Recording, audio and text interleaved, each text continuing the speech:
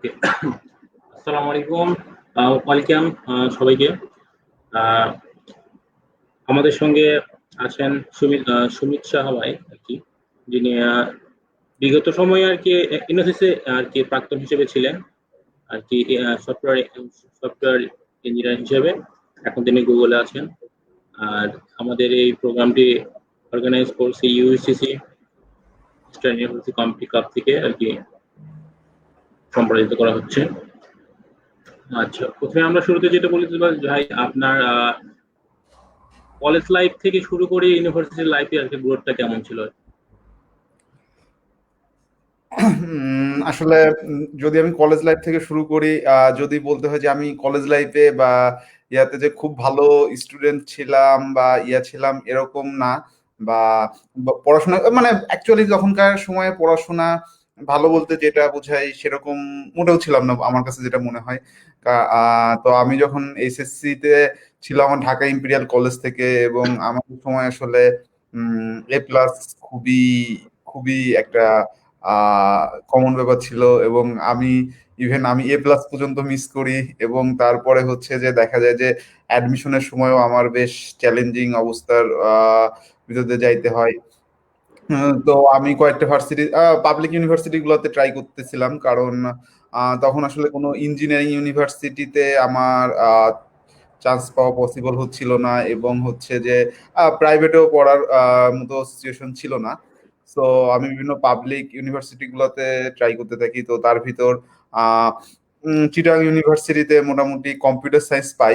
তো আমার মোটামুটি আগে থেকে একটা ইচ্ছা ছিল যে ইঞ্জিনিয়ারিং কোনো কিছু পড়া, সামথিং লাইক কম্পিউটার সায়েন্স যে পড়বো এরকম ইচ্ছা ছিল না। ইচ্ছা ছিল আসলে তখন আমাদের সময় একটু ট্রিপলির দিকে বা মানুষের একটু বেশি ঝোঁক ছিল। বাট আমার ওই টাইপের ইলেকট্রনিক্স রিলেটেড কোনো কিছু একটা বা মেকানিক্যাল বা অ্যাপ্লাইড ফিজিক্স টাইপের কোনো একটা সাবজেক্টে ক্লাস পাওয়া মানে ভর্তি হওয়ার ইচ্ছা ছিল মনে মনে। বাট কম্পিউটার সায়েন্স হইলেও চলে এরকম অবস্থায়। তো দেখা যায় যে আমি যখন চিটাং ইউনিভার্সিটিতে গেছি আমি তখন কম্পিউটার সায়েন্সে ভর্তি হয়ে যাই। এবং হচ্ছে যে এরপরে আমার কাছে মাইগ্রেশনের সুযোগ ছিল, এবং আগে এক সময় চিন্তা ছিল যে আমি হয়তো মাইগ্রেশন করে কম্পিউটার সায়েন্সে না থেকে অ্যাপ্লাইড ফিজিক্স নিয়ে পড়াশোনা করব বা এরকম কিছু একটা করব। কিন্তু আলটিমেটলি দেখা যায় যে এরপরে কম্পিউটার সায়েন্স ভালোই লেগে যায়, এবং আমার হচ্ছে মাইগ্রেশন করার ইচ্ছা আসলে আর থাকে না আর কি। তো এরপর থেকেই ভার্সিটি লাইফ শুরু হয়। তো ভার্সিটিতে প্রথম দিকে প্রোগ্রামিং ল্যাঙ্গুয়েজ আসলে শেখা শুরু করি। এটা খুবই মানে আমি এমন একটা সিচুয়েশনে ছিলাম যে এর আগে কম্পিউটারে গেমস খেলা ছাড়া আর কোনো কিছু নিয়ে আইডিয়া নাই। জাস্ট এটা আমার বেশিরভাগ সময় আর কি দেখা গেছে যে সিসি নিয়ে যারা পড়াশোনা করেন বেশিরভাগই আর কি খুব কম আছে যারা আর কি এই রিলেটেড ফিল্ড হিসেবে কিছু জানে আর কি। আর তাছাড়া আগে হয়তো আমরা শুধুমাত্র জানি কম্পিউটার, আমরা গেম খেলি, ছবি দেখি, আর ক্যালকুলেটর টাইপের এই টাইপের কিছু কাজ করি, হ্যাঁ, শেষ। মানে এর আগ পর্যন্ত কম্পিউটার এক্সপিরিয়েন্স ছিল যে বাসায় একটা অনেক পুরাতন কম্পিউটার ছিল, যেটাতে জিটিএ গেম খেলতাম। আর হচ্ছে যে মাঝে মধ্যে হচ্ছে যে আহ, আহ, হঠাৎ করে একটু নেট ব্রাউজ করা শিখছি, তখন দেখা যেত যে একটু বের হয়ে মাঝে মাঝে সাইবার ক্যাফে থেকে বসে একটু নেট টেট ইউজ করছি। এটাই আর কি, কম্পিউটার সম্পর্কে এর বেশি কিছু জানা ছিল না। তো প্রোগ্রামিং ল্যাঙ্গুয়েজ শিখা শুরু করলাম। এটা বেশ একটা চ্যালেঞ্জিং সময় বলতে হয় যে প্রথম দিকে আসলে কিছুই বুঝতেছিলাম না বা কিভাবে কি করতে হয়। তো মোটামুটি 3 মাস 4 মাসের মতো ধরে জাস্ট আমি শুধু প্রোগ্রামিং ল্যাঙ্গুয়েজই প্র্যাকটিস করছি। লাইক তখন দেখা যাচ্ছে যে প্রবলেম সলভিং সম্পর্কে জানতে পারছি, কিন্তু আসলে কিভাবে সাবমিট করতে হয় কিভাবে কি করতে হয় এগুলো কিছু যায় না। তো দেখা যায় যে বিভিন্ন জায়গা থেকে বিভিন্ন কোড টোড এগুলো কিছু পড়াশোনা করতেছি। তো এইভাবে 3-4 মাস যাওয়ার পরে তারপরে দেখা গেল যে আমি হচ্ছে প্রবলেম সলভিং, যেটা আমরা বলি এসিএম প্রবলেম সলভিং বা কম্পিটিটিভ প্রোগ্রামিং, এটা হ্যাঁ, কম্পিউটার। আমাদের ভার্সিটির কিছু বড় ভাইয়ের ওনারা দেখায় দেয়, দেখো যে এরকম ইউভিএ নামে একটা সাইট আছে, এইখানে তোমরা এরকম বিভিন্ন রকম প্রবলেম সলভ করতে পারবা। তো ওনারা আমাদেরকে এরকম অ্যাক্টিভিটার প্রবলেম দেখায় দেয়। তারপরে থেকে আস্তে আস্তে আসলে ইউভিএ তে বা লাইটও যেতে প্রবলেম সলভিং শুরু করি। তারপরে কিছু প্রোগ্রামিং কন্টেস্ট আছে, এগুলোতে অ্যাটেন্ড করা শুরু করি। আমাদের চিটাগাং কিছু ডিভিশনাল কন্টেস্ট হইতো, ওইগুলোতে অ্যাটেন্ড করি, দেন করি। দেন আস্তে ধীরে বিভিন্ন রকম দেখা যেত যে তখন বিভিন্ন বাংলাদেশি সিনিয়র যারা ছিল অনেকেই বিভিন্ন রকম ব্লগ লিখতো বা বিভিন্ন রকম পাওয়া যেত। ওইগুলো থেকে আসলে দেখা যেত তারা বাংলাতে কোনো একটা ব্লগ লিখতেছে বা করতেছে, আমরা ওইগুলো পড়ার জন্য খুব থাকতাম। তারপরে আস্তে আস্তে যেগুলো হয় যে এই যে ডাটা স্ট্রাকচার অ্যালগরিদমের সাথে পরিচিত হওয়া, আরো যেগুলো আহ, আহ, নতুন জিনিসগুলো আছে, কোড ফোর্সেসে কন্টেস্ট করা, দেন টপ কোডার সাথে পরিচিত হওয়া, এগুলো ওয়ান বাই ওয়ান আস্তে আস্তে আসলে শুরু করলে এগুলো নিজে থেকেই তখন আসলে পাওয়া যায় যে নেট থেকে বা বিভিন্ন ব্লগ থেকে যে আসলে আমার কোথায় করা উচিত। সো এরপরে আলটিমেটলি এইগুলাই করা হয়েছে যে প্রোগ্রামিং কন্টেস্টের মানে যদি বলতে হয় যে আসলে ইউনিভার্সিটি লাইফে পড়াশোনার একাডেমিক পড়াশোনার পাশাপাশি প্রোগ্রামিং কন্টেস্টের প্রতিটাই এক্সট্রা কারিকুলাম অ্যাক্টিভিটিস এর ভিতর ছিল আর কি, এবং এটার পিছনে কিছুটা টাইম দেওয়ার চেষ্টা করছি। আচ্ছা, তার মানে আপনি আর কি সময় নষ্ট করেন নাই আর কি, ফার্স্ট না সেমিস্টার থেকেই শুরু ফার্স্ট এরকম। সেমিস্টার কন্টিনিউয়াসলি শুরু করছি বা আমি যে খুব ডেডিকেটেডলি করে গেছি তা না। দেখা যাচ্ছে যে আমি ফার্স্ট সেমিস্টার থেকে পড়তে হয়েছে, ফার্স্ট ইয়ারে কিছুদিন করছি, সেকেন্ড ইয়ারে ওঠার পরে কিছুদিন কিছুই করি নাই। আবার দেখা যাচ্ছে যে সেকেন্ড ইয়ারে কিছুদিন করছি, আর থার্ড ইয়ারে কিছুদিন করছি, দেখা যাচ্ছে ফোর্থ ইয়ারে একদমই করি নাই। এইভাবে আসলে জিনিসটা চলছে।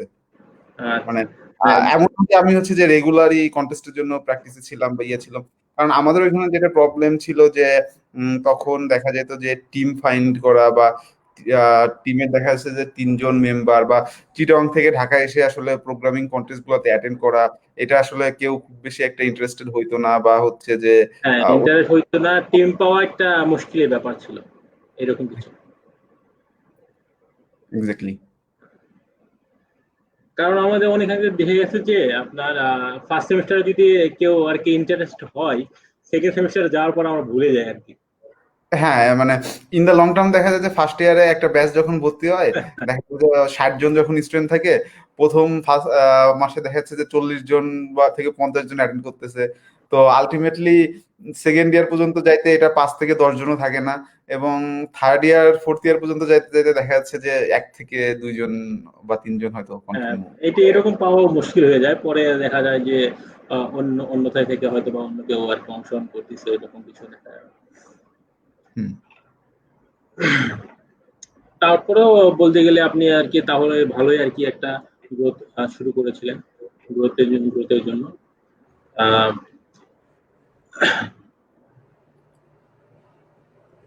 আর তার মধ্যে আপনি আমি যতদূর দেখলাম, আপনি মনে হয় আর কি এসিএম এ আর কি ছিলেন হয়তোবা, অংশগ্রহণ করেছিলেন কম্পিটিটিভ প্রোগ্রামিং, যেগুলো আর কি বেসিক্যালি।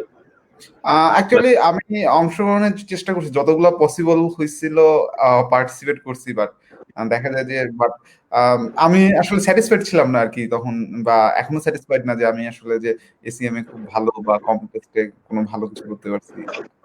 হ্যাঁ, কারণ যাওয়াটাই হচ্ছে মেন আনন্দটা। আনন্দটা যেটা যেটা যেটা, যায় আর কি প্রোগ্রামিং শুরু করে যে তার মেন আর কি আনন্দ থাকে যে বিভিন্ন ইন্ট্রা বা ইন্টার কম্পিটিং প্রোগ্রামে এই টাইপের কিছু কন্টেস্ট অংশগ্রহণ করা। আহ, যেহেতু আপনার পুরো টিমকে আর কি বিজয় এনে দিতে হবে, এরকম কিছু না। না, বাট সবারই একটা অন্তত টার্গেট থাকে যে হ্যাঁ আমি হচ্ছে যে হ্যাঁ, কন্টেস্ট করতেছি বা করতেছি, আমি এই নির্দিষ্ট একটা টার্গেট পর্যন্ত যাব। তো আমি হয়তো কিছু কিছু ক্ষেত্রে ফিল আপ করতে পারছি, বাট মোস্ট অফ দ্য ক্ষেত্রে দেখা গেছে যে আমি যেটা যেরকম এক্সপেকটেশন আমার ছিল সেই পরিমাণ আসলে আমি হয়তো আউটকাম পাই নাই মানে মনে হয়েছে যে কন্টেস্ট সেই পরিমাণ আউটকামটা আমি পাইনি আর কি। বাট আলটিমেটলি বুঝতে পারছি যে ইন দা লং রান, হ্যাঁ আমি আউটপুট না মানে হয়তো কন্টেস্ট আউটপুট পাই নাই, but in the long run আমি এটার আউটপুট অন্য কোথাও হয়তো পাইছি বা পাচ্ছি এরকম আর কি। আচ্ছা। আচ্ছা, তাহলে আপনার কাছে প্রশ্ন, যে সিএসসি যে যে একজন ভর্তি হবে আর কি, হওয়ার পরে তার টাইম ম্যানেজমেন্ট আর কি কিরকম হওয়া উচিত আর কি, যাতে করে সে হয়তো বা প্রোগ্রামিং এর ক্ষেত্রেও বিল্ড করতে পারে, নেটওয়ার্কিং এর ক্ষেত্রেও বিল্ড করতে পারে নিজেকে, আবার অন্যান্য ক্ষেত্রে আর কি, যেহেতু আমাদের ডেভেলপমেন্ট সেক্টর অনেক বড় আর কি। হুম। আসলে যদি বলি আমার মতে যে যখন একজন কম্পিউটার সায়েন্সে ভর্তি হয়, আসলে কম্পিউটার সায়েন্স ফিল্ডটা অনেক বিশাল। এখানে হ্যাঁ, অনেক। ডেভেলপমেন্ট আছে, প্রোগ্রামিং আছে, অনেক সাইড আছে, এবং একজনের যে আসলে সব সাইডে এক্সপার্ট হইতে হবে এমন না। তবে সবার যেটা করা উচিত যে অন্তত দুইটা জিনিস মেনটেন করে চলা উচিত। সে যদি কম্পিটিটিভ প্রোগ্রামিং নিয়ে থাকে তাহলে কম্পিটিটিভ প্রোগ্রামিং একাডেমিক ক্যারিয়ার, সে যদি ডেভেলপিং তার কাছে ভালো লাগে যে সে কোনো কিছু ডেভেলপিং করতেছে, সফটওয়্যার ডেভেলপিং করতেছে, তাহলে software developing with academic career এরকম।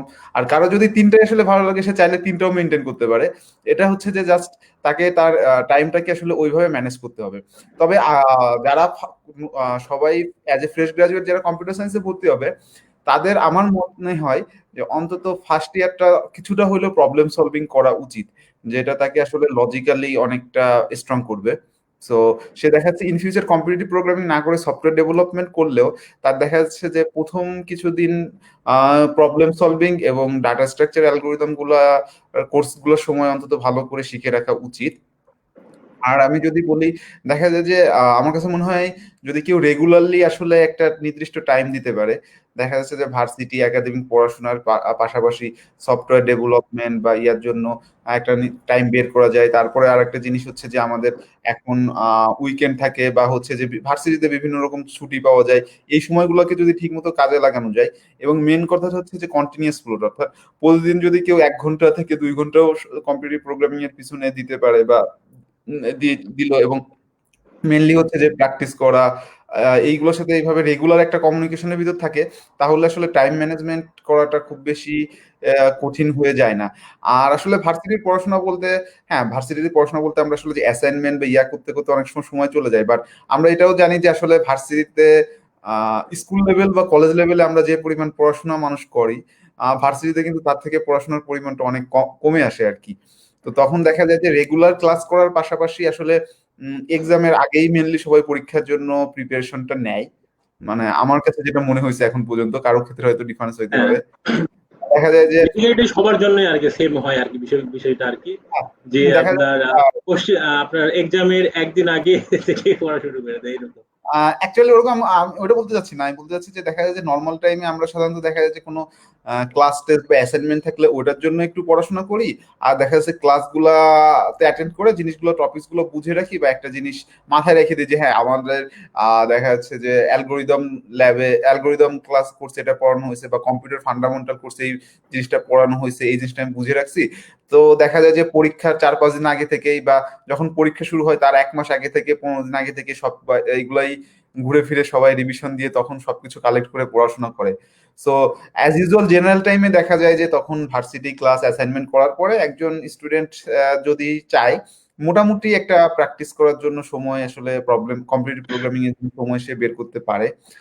আর কম্পিটিটিভ প্রোগ্রামিংটা আসলে এমন না যে আমি 1 সপ্তাহ করলাম করে হচ্ছে যে 1 মাস করলাম করে আমি হচ্ছে একটা আউটপুট পেয়ে যাবো। এটার জন্য অন্তত 6 মাস বা 1 বছর আসলে টাইম ইনভেস্ট করা লাগে এটার পিছনে এবং রেগুলারলি।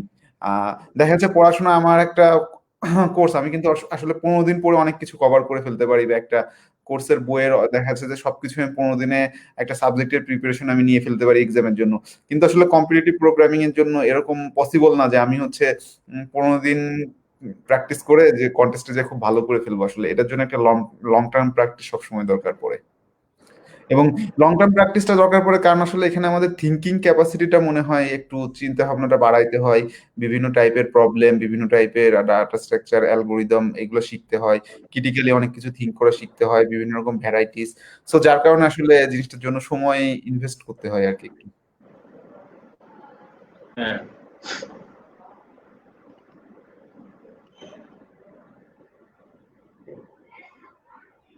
আমরা আরকি অনেকাংশে দেখতে পাই যে আপনার হয়তোবা কোনো স্টুডেন্ট ওইরকম আরকি আপনার ফার্স্ট সেমিস্টার, সেকেন্ড সেমিস্টার বা সেকেন্ড ইয়ারে এসে আপনার ওই গ্রোথটা আরকি হারিয়ে ফেলে আরকি।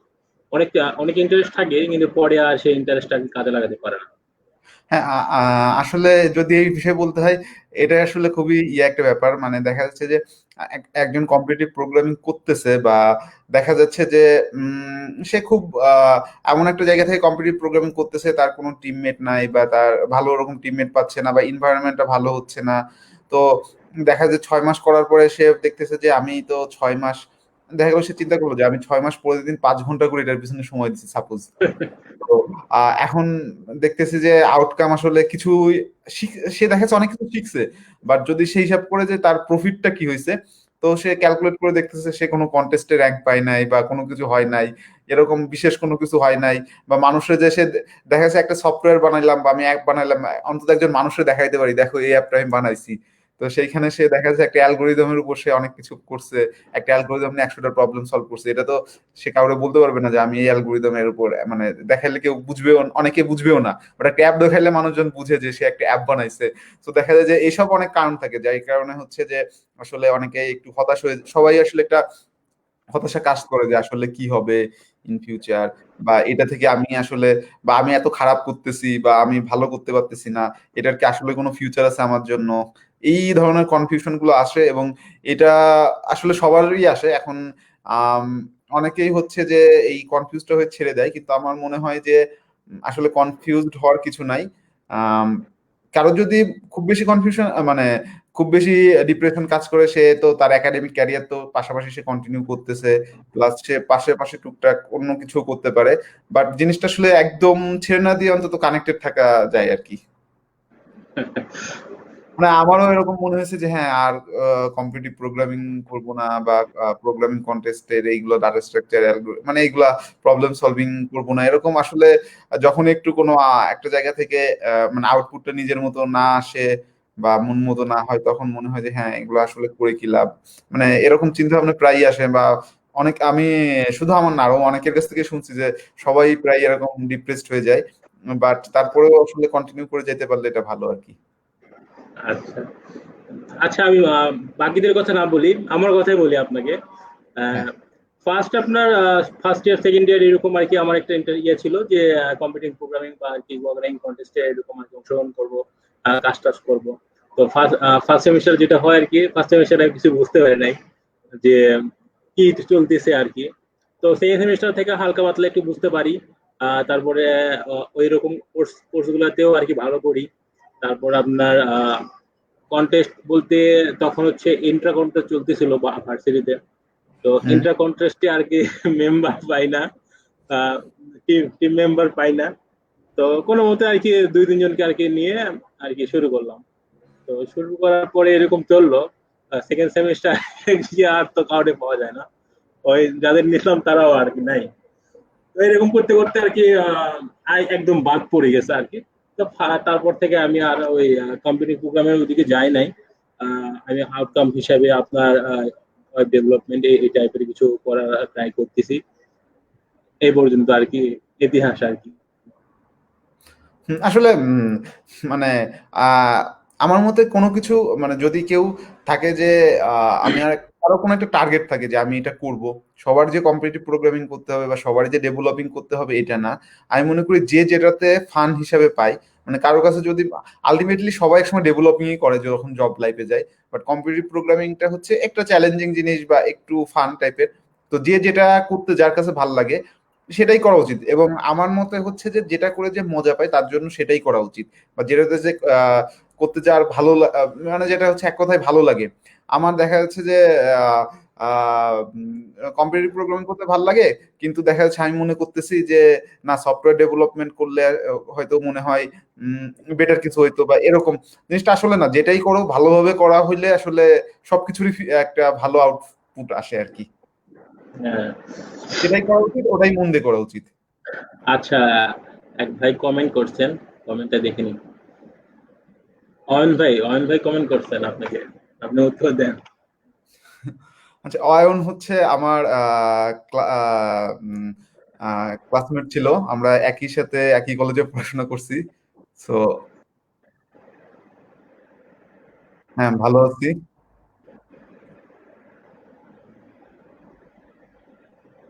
আচ্ছা, তো এভাবে আর কি কার্যক্রম আর কি চলে আর কি। তো তারপর থেকে আপনার অনেকে অনেক রকমের আর কি সেক্টরে চলে যায়। কেউ নেটওয়ার্কিং এ যায়, কেউ ডেভেলপমেন্টে যায়, কেউ হয়তো বা আহ, কোয়ালিটি অ্যাসুরেন্স। আহ, এই টাইপের কিছু হয়। তো এখন আপনার যেটা বলি সেটা হচ্ছে আপনার ফার্স্টলি আমি যেটা বলতে চাই সেটা হচ্ছে আপনি কি গুগলে আর কি অ্যাপ্লাই করার আগে ইউনিভার্সিটি কি ছিলেন, না ইউনিভার্সিটি আর কি আগে অ্যাপ্লাই করার পরে না হওয়ার কারণে আপনার আর কি ইউনিভার্সিটি ঢোকা? না না, আমি হচ্ছে যে এনওসিসি ছিলাম, এনওসিসি থাকা অবস্থায় আমি আসলে গুগলে অ্যাপ্লাই হ্যাঁ। করি। আমি এনওসিসে জয়েন করছিলাম 2018-তে। তো এরপর থেকে হচ্ছে আমি যখন গুগলে অ্যাপ্লাই করি হচ্ছে 2019-এর মার্চ বা এপ্রিলের দিকে আর কি। তো এর আগ পর্যন্ত আমি এনওসিসেই ছিলাম, এবং এর আগেও হচ্ছে যে 2019 আসলে আমি বাইরে যে জবের জন্য অ্যাপ্লাই করব এই থিঙ্কিংটা আমার কাছে আসে 2019-এর লাস্টের, 2018 লাস্টের দিকে, লাইক নভেম্বর ডিসেম্বরের দিকে। তখন আসলে আমি চিন্তা করি যে আমার মনে হয় একটু বাইরে চাকরি বাকরি ট্রাই করা উচিত, বা দেখা উচিত আসলে কেমন, মানে লেভেলটা কেমন? confident ছিল না।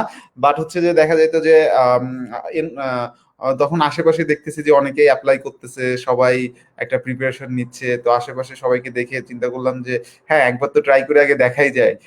যদি ট্রাই না করি তাহলে তো আসলে জানবোই না জিনিসটা কেমন আর কি, এরকম একটা ব্যাপার কাজ করতেছিল। সো আমি হচ্ছে প্রথম অ্যাপ্লাই করছিলাম ব্লুমবার্গ, একটা কোম্পানিতে। এটা ব্লুমবার্গ লন্ডনে। তো ওইখানে আসলে প্রথমে 2টা ফোন ইন্টারভিউ হয়। তো ফার্স্ট ফোন ইন্টারভিউটা আমি পাশ করি, এবং সেকেন্ডটাই রিজেক্টেড হই। তো আমার কাছে ভালো লাগে যে হ্যাঁ ঠিক আছে, আমি হচ্ছে কোনো কিছু না জেনে ইন্টারভিউ দিয়ে প্রথমটা পাশ করলাম, তার মানে হচ্ছে যে একটু প্রিপারেশন নিয়ে দেখা যাক আসলে কি হয়, বা এরকম চিন্তা আরেক করি। ভালো হইতে পারে। হ্যাঁ, তো তখন চিন্তা করতে করতে আসলে শপিতে অ্যাপ্লাই করি।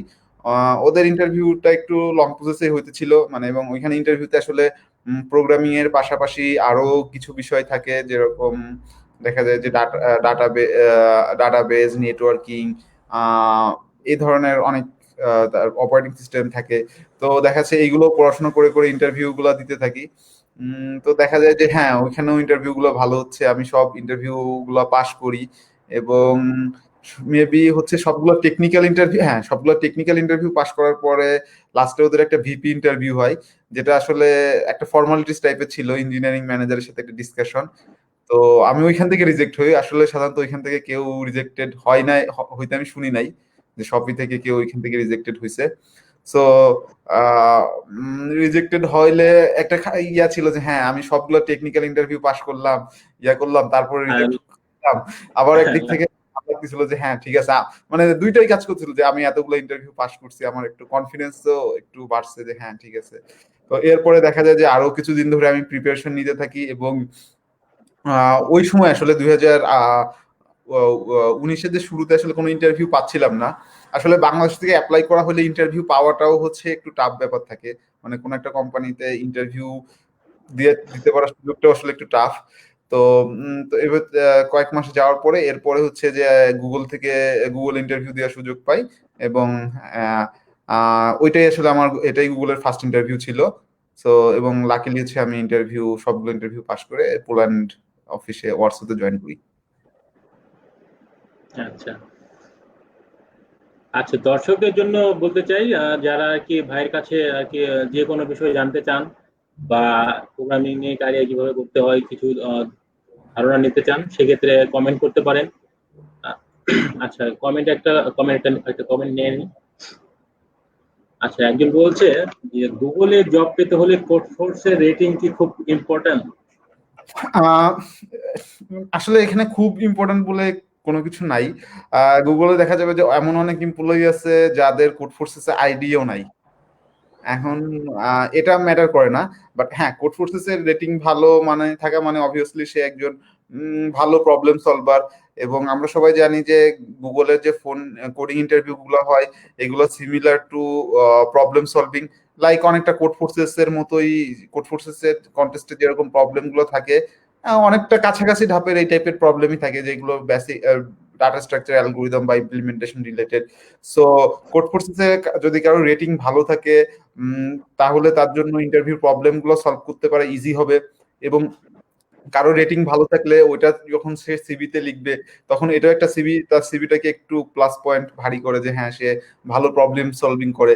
কিন্তু আসলে ইম্পর্টেন্ট বলতে পারি, বাট আসলে এটা যে খুব ইম্পর্টেন্ট বা ম্যান্ডেটরি কোনো কিছু এরকম না। সো যদি কারো রেটিং ভালো হয়, সে আসলে দুই দিক থেকে বেনিফিটেড হবে, কারণ যার রেটিং ভালো সে অনেক বেশি, মানে যে কোনো প্রবলেম সলভ করা তার জন্য ইজি। সো বুঝতে পারতেছো যে বুঝতে পারা যায় যে ইন্টারভিউ এর সময় যে প্রবলেম গুলো থাকবে সেইগুলো সলভ করা অনেকটা ইজি হয়ে যাবে। এবং হচ্ছে যে আমি যখন লিখবো যে আমার রেটিংটা খুবই ভালো থাকবে যখন কোড ফোর্সেসে, তখন এটা অবভিয়াসলি আমার সিভিকে একটু হলেও ভারী করবে, বা এটা সিভিটাকে আরো অ্যাট্রাকটিভ করবে। বা যারা গুগলের রিক্রুটার আছে বা সিভি সিলেকশন করে বা ইয়াগুলো আছে, তারা এই জিনিসটাকে অবশ্যই হয়তো কনসিডার করবে। আচ্ছা, তাহলে আমি আমি আরেকটু যুক্ত করি। তাহলে গুগলের জন্য অথবা আমরা বলতে পারি যে বাইরে আর কি যে কোনো আর কি জবের জন্য, যেগুলো আমাদের আর কি সিএসসি রিলেটেড জব, তাদের জন্য কন্টেস্ট আর কি কতটা জরুরি আর কি? হ্যাঁ, প্রোগ্রামিং কন্টেস্টে একটা এক্সট্রা কারিকুলাম, এটা আসলে যদি বলি একটা এক্সট্রা কারিকুলাম অ্যাক্টিভিটি হিসেবে দেখা হয়। এবং এটা আসলে খুবই আমার কাছে মনে হয়েছে এখন পর্যন্ত যে হ্যাঁ, এটাকে বেশ ভালোই প্রায়োরিটি দেওয়া হয়, বাট ম্যান্ডেটরি না। মানে আমি বলতে চাচ্ছি এটা থাকলে ভালো, কিন্তু যদি কারো না থাকে যে হ্যাঁ আমার প্রোগ্রামিং কন্টেস্ট ব্যাকগ্রাউন্ড নাই, তার মানে যে আমি গুগলে চাকরি পাবো না, বা ফেসবুকে চাকরি পাবো না, বা মাইক্রোসফটে চাকরি পাবো না, বা আম, এরকম বাইরে চাকরি পাবো না, এই জিনিস ধারণাটা পুরোপুরি ভুল। তবে এটা থাকলে বেটার। এটা দেখা যায় যে আমার সিভিকে ভারী করে বা ইয়া করে। তারপরে দেখা যায় যে এরকম কোম্পানিগুলোতে অনেক কম্পিটিটিভ প্রোগ্রামার থাকে। তো যখন কোনো একজন কম্পিটিটিভ প্রোগ্রামার কোন একটা সিভিতে দেখে আরেকজন কম্পিটিটিভ প্রোগ্রামার অ্যাপ্লাই করতেছে বা ইয়া করতেছে, তখন দেখা যায় যে তারা এইগুলাকে একটু প্রায়োরিটি দেয় বা এই ধরনের কিছু ব্যাপার কাজ করে। বাট এটা কখনোই আসলে ম্যান্ডেটরি না যে প্রোগ্রামিং কন্টেস্ট লাগবেই, বাট এটা থাকতে পারলে বেটার। আচ্ছা, তাহলে আমরা বলতে পারি এটা নিজের জন্য আর কি ভালো একটা হ্যাঁ, ব্যাপার, নিজের প্র্যাকটিসের উপরে থাকলো, আবার আপনার বাইরের দিক দিয়ে একটু সুবিধাও আর কি আছে। হ্যাঁ, শুধু বাইরের দিকে না, আসলে বাংলাদেশেও আমার মনে হয় কিছুটা সুবিধা পাওয়া যায়।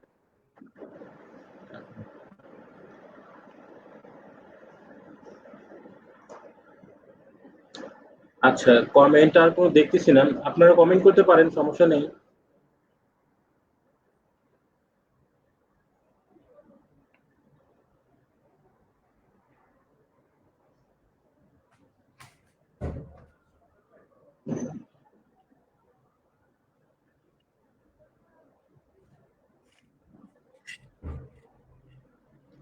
আচ্ছা, যেহেতু কমেন্টে কেউ নেই আর, সেহেতু আমরা আর কি পরের স্টেপে চলে যাই। পরের স্টেপে যেটা বলতে চাই সেটা হচ্ছে আপনার অনেকে ভয় করে আর কি, ফার্স্টলি হয়তো বা বাইরে টাইপ করে না আর কি। সম্ভবত আবার এমনিতে আমাদের দেশের যে অবস্থা আর কি, ফ্রেশারদের চাকরি পাওয়া খুব দায় আর কি, যা আর কি বলা যায়। আহ সেক্ষেত্রে আমি আপনি কি বলতে চান আর কি, কি বলবেন আর কি? আসলে হ্যাঁ, এই ভয়টা সবার ভিতরেই কাজ করে, এবং এই ভয়টা আমার ভিতরেও প্রচন্ড রকমের ছিল যে হ্যাঁ, বাইরে কি আসলে বাইরে জব পাওয়া আমরা যেটা মনে করি যে অনেক বেশি টাফ হবে বা অনেক বেশি ইয়া হয়। তো আসলে আহ, আমরা হয়তো মনে করি যতটা টাফ এতটা টাফ না। আসলে চেষ্টা করলে সবই সম্ভব। আর অনেকে হচ্ছে যে দেখা যায় যে হ্যাঁ, তবে আমার কাছে যেটা মনে হয় যে ফ্রেশ গ্রাজুয়েটদের জন্য অনেক সময় একটু টাফ হয়ে যায়, কারণ দেখা যায় যে এখানে বিহেভিয়ারাল কিছু ব্যাপার থাকে। তারপরে হচ্ছে যে উম, একটু ইন্ডাস্ট্রিয়াল দেখা যাচ্ছে 1-2 বছরের ওয়ার্ক এক্সপিরিয়েন্স না হইলে বাইরের কোম্পানিগুলো একটু মানে ইন্টারভিউ নিতে চায় না, এরকম কিছু আহ, জিনিস থাকে।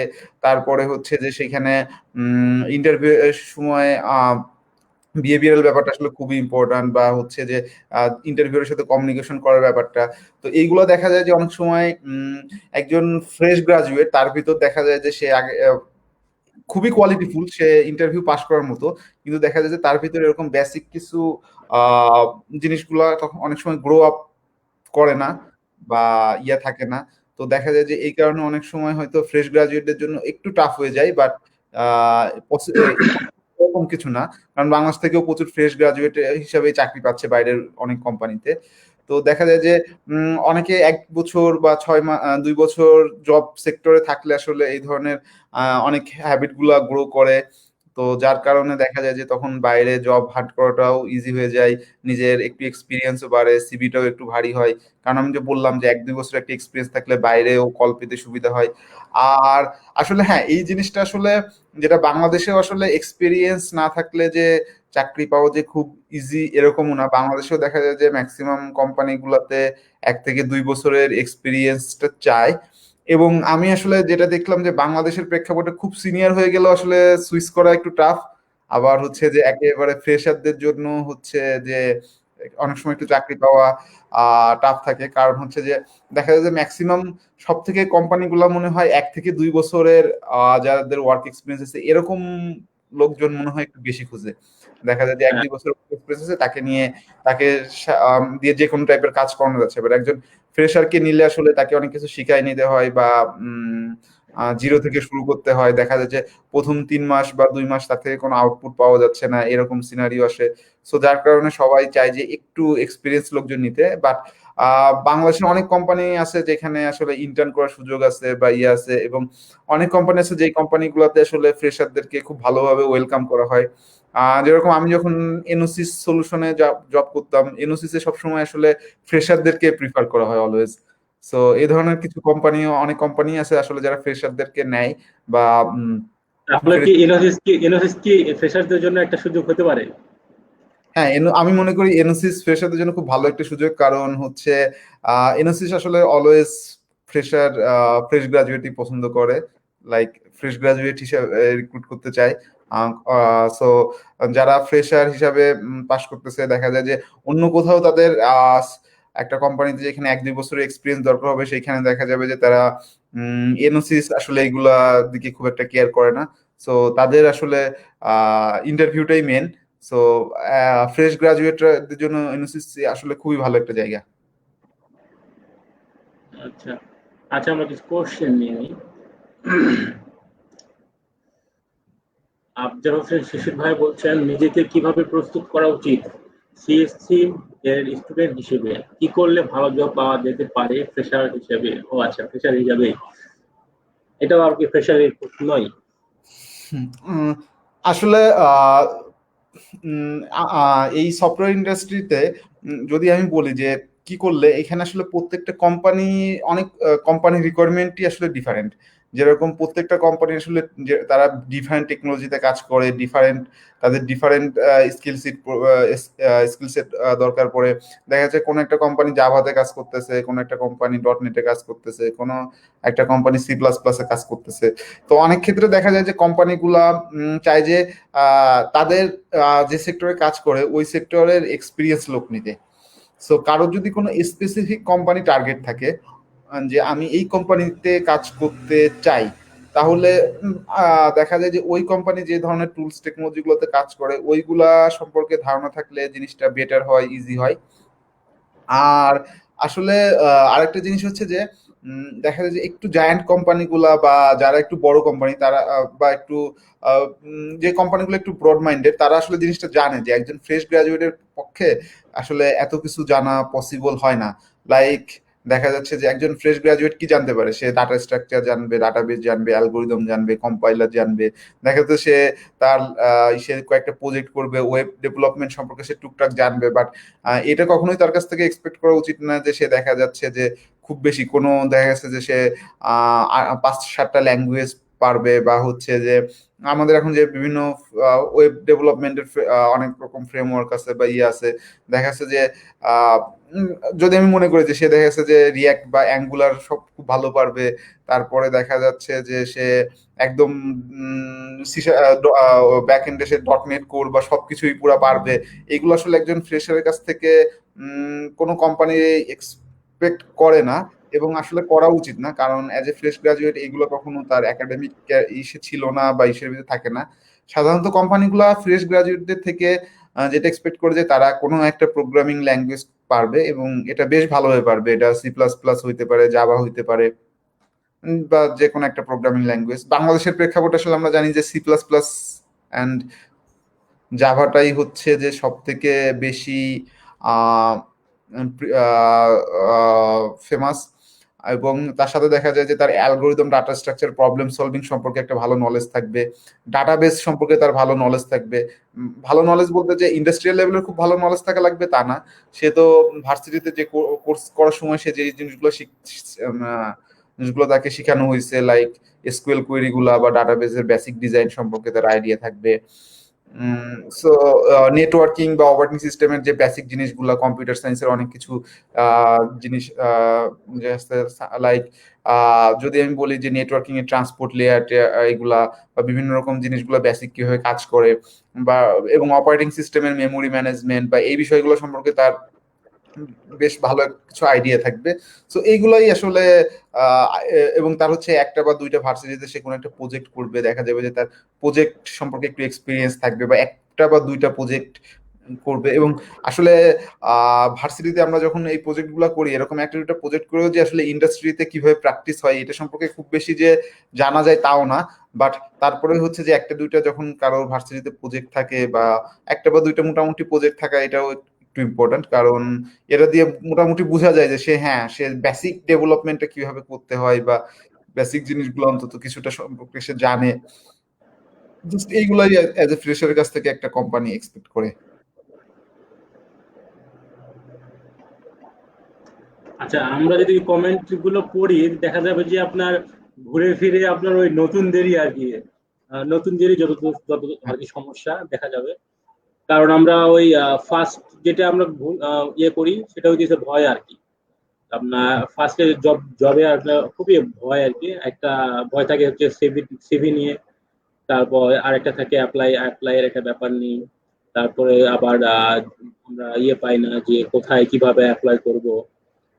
আবার সিভিটা দেখে গিয়ে আমাকে বাদ দিয়ে দিবে কিনা। হ্যাঁ, এরকম একটা কিছু ভয় থাকে, যেটা আর কি ঘুরে ফিরে আপনি যদি কমেন্ট আমরা সবগুলো নিতে পারি দেখা যাবে যে নতুনদেরই সমস্যা বেশি। নতুনদের বলতে কি ফ্রেশ গ্রাজুয়েটদের কথা বলা হচ্ছে, নাকি যারা ফার্স্ট সিটির ফার্স্ট ইয়ার এদের কথা? না না, নতুন বলতে ফ্রেশারই আর কি। আর যদি নতুন যদি আমি আর কি আপনাকে ফার্স্ট সেমিস্টার বলি সেক্ষেত্রে তো ওরা অবশ্যই আপনার কাছে জানতে যাবে যে কিভাবে শুরু করবো আর কি। আচ্ছা, মানে আমি যদি ফার্স্ট সেমিস্টারদের কথা বলি, আসলে আমার কাছে মনে হয় তাদের এখন জব টব নিয়ে কোনো কিছু নিয়ে কোনো টেনশন করার দরকার নাই। অন্তত থার্ড ইয়ার পর্যন্ত তো তাদের হচ্ছে যে এখন খুব ভালো সময়। এখন তারা যেটা মানে পড়াশোনা বা ইয়ার জন্য দেখা যায় যে ফার্স্ট ইয়ার সেকেন্ড ইয়ারে কিন্তু এক্সট্রা কারিকুলাম অ্যাক্টিভিটিস এর জন্য বা এই ধরনের প্রোগ্রামিং কন্টেস্ট, প্রবলেম সলভিং, এই জিনিসগুলোর জন্য কিন্তু খুব ভালো সময় সব থেকে ফার্স্ট ইয়ার এবং সেকেন্ড ইয়ারে পাওয়া যায়। থার্ড ইয়ার থেকে দেখা যায় যে আমাদের একাডেমিক প্রেশারটা আস্তে আস্তে বাড়তে থাকে, থিসিস প্রজেক্টের প্রেশারও আসতে থাকে, বা আদার্স তখন একটু সিনিয়র হয়ে যায়, অনেক কোর্স টোর্স পড়া হয়ে যায়, মাথার ভিতরে এগুলো থাকে, বিভিন্ন রকম ডেভেলপমেন্টের সাথেও মানুষজন একটু একটু করে কানেক্টেড হওয়া শুরু করে আসলে থার্ড ইয়ার থেকেই। সো দেখা যায় যে ফার্স্ট ইয়ারেই এই data structure, algorithm, problem solving এর বেস গুলো যদি ফার্স্ট ইয়ার সেকেন্ড ইয়ারেই বিল্ড আপ করে ফেলা যায়, তখন দেখা যায় যে থার্ড ইয়ার ফোর্থ ইয়ারে এই জিনিসগুলো আসলে উম আহ উপর একটু কেয়ার দেওয়া যায়। এবং আসলে যখন কেউ আহ, মানে কোন একটা সাইডে খুব ভালো, কোন একটা সাইডে খুব খারাপ না হয়ে যদি সবকিছু কম্বিনেশন দেখা যায়, অর্থাৎ একাডেমিকটাও আমার একটা মানে ভালো অবস্থানে থাকলো, আমি ফার্স্ট ইয়ার সেকেন্ড ইয়ারে প্রবলেম সলভিং করলাম, ডাটা স্ট্রাকচার অ্যালগোরিদম সম্পর্কে ভালো ধারণা হইলো, আমি থার্ড ইয়ার যেও এগুলো কন্টিনিউ করলাম, বাট পাশাপাশি একটা প্রজেক্ট করলাম বা ইয়া করলাম, ফোর্থ ইয়ারেও যেও সেম ভাবে একটা থিসিস প্রজেক্ট করলাম, সাথে প্রবলেম সলভিংটাও চালাই গেলাম। এরকম ভাবে যদি সবকিছু একসাথে কন্টিনিউ, মানে কিছুটা কিছুটা করে একটা মিনিমাম যেটুকু করে কন্টিনিউ করা যায়, তাইলেই আসলে আমি মনে করি এই জিনিসটা বেটার আর কি। আর যারা ফ্রেশ গ্রাজুয়েট আছে আসলে উম, আহ, এখন তো আহ, আগে যেটা প্রথম কথা হচ্ছে যে হ্যাঁ আমার সিভি খুব ভালো না, বা আমি হচ্ছে যে আগে পরে কিছু করি নাই, বা এতদিন এত কিছু করি নাই, এখন কি করতে পারবো, এই সব চিন্তা থেকে আসলে বের হয়ে আসা উচিত। সে যেটুকু জানে এইটুকুর ভিতর সিভিটাকে নিয়ে স্টাডি করা উচিত, কিভাবে সিভি ভারী করা যায়। দেখা যাচ্ছে যে হ্যাঁ, তারপরে সে কোনো একটা জিনিস তার কাছে মনে হচ্ছে এখন শেখা উচিত, লাইক এটা দেখা যাচ্ছে ইন্টারভিউ এর জন্য প্রবলেম সলভিং হইতে পারে।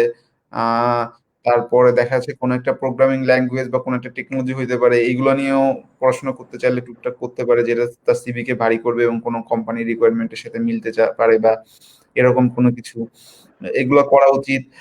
আর যেটা হচ্ছে যে আহ, যতদূর সম্ভব সিভি কে গুছায় লিখে অ্যাপ্লাই করা উচিত, এবং তার সিভির সাথে যেই কোম্পানিগুলার রিকোয়ারমেন্টের সাথে ম্যাচ করে সেইখানে অ্যাপ্লাই করা উচিত।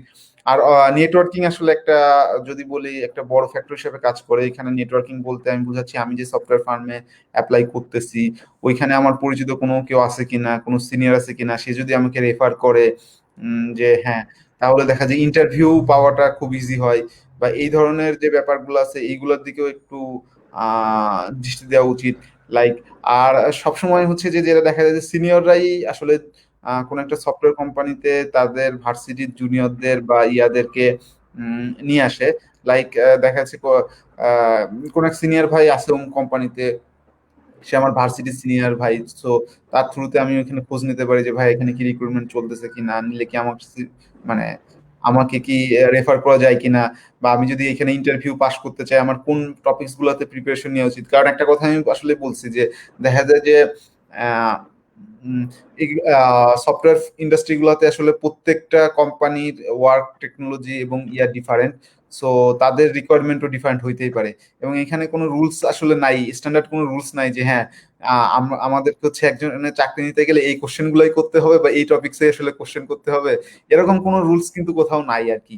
সো যে কোনো কোম্পানি তাদের প্রয়োজন অনুসারে কিন্তু তাদের রিক্রুটমেন্ট প্রসেস করতেই ইয়া করতে পারে।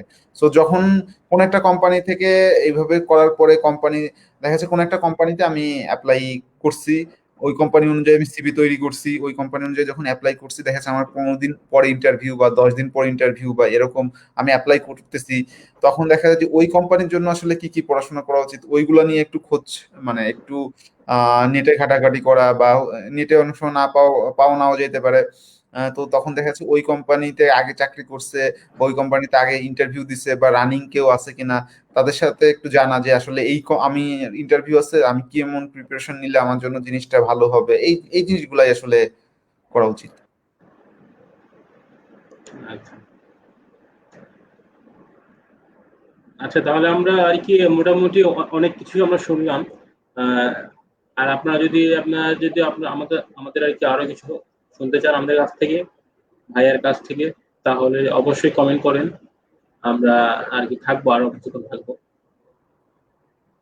আচ্ছা, তারপরে আমরা এখন যেটা মেন আর কি মেন টপিকসে আসি, সেটা হচ্ছে আপনার গুগল জার্নি, শুরু থেকে আর কি এই পর্যন্ত আর কি জার্নিটা, সেটা একটু আমাদের গল্প শোনার। আহ শুরু থেকে বলতে আসলে আমি বললাম যে আমি আসলে মেবি মার্চ এপ্রিলের দিকে অ্যাপ্লাই করি।